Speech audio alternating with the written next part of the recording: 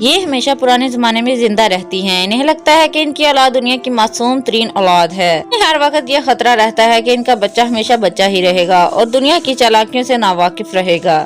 یہ دنیا کے ہر مسئلے کا حل دعاؤں کو قرار دیتی ہیں اور حیرت انگیز طور پر ان کی دعائیں رنگ بھی لے آتی ہیں۔ ان کی اکثریت موبائل فون استعمال کرنا نہیں جانتی، بڑی بڑی باتیں نہیں سمجھتی، دلائل سے بات نہیں کر سکتی، فیس بک کے بارے میں نہیں جانتی، ٹویٹر سے انجان ہیں، سادہ زندگی گزارتی ہیں، کسی بھی بات کو سچ سمجھ لیتی ہیں، بڑی جلدی گھبرا جاتی ہیں، چھوٹی چھوٹی باتوں پر سہم جاتی ہیں، لڑائی سے گھبراتی ہیں۔ ہم میں سے شاید کسی کو نہ پتا ہو کہ ہماری ماں کون سا کھانا بہت شوق سے کھاتی ہے، اس کی پسند کیا ہے۔ ہم یہ بھی نہیں جانتے کہ ماں کو کس رنگ کا سوٹ پسند ہے، 10ویں ڈش کون سی ہے۔ آپ نے کبھی اپنی ماں کو کسی چیز کے لیے بھی للچاتے ہوئے نہیں دیکھا ہوگا۔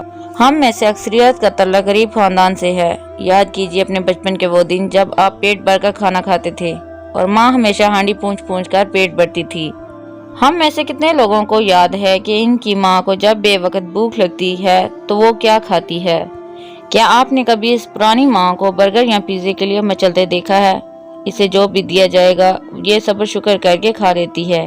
یہ سخت بیمار بھی ہو تو اسے بچوں کی فکر کھائی جاتی ہے۔ یہ ڈاکٹر کے پاس جائے بغیر خود ہی ٹھیک ہو جاتی ہے۔ یہ اتنی سادہ ہوتی ہے کہ اپنے جہیز کی چیزیں بھی یہ سوچ کر پیٹی میں رکھ لیتی ہے کہ بیٹی کے کام آئیں گی۔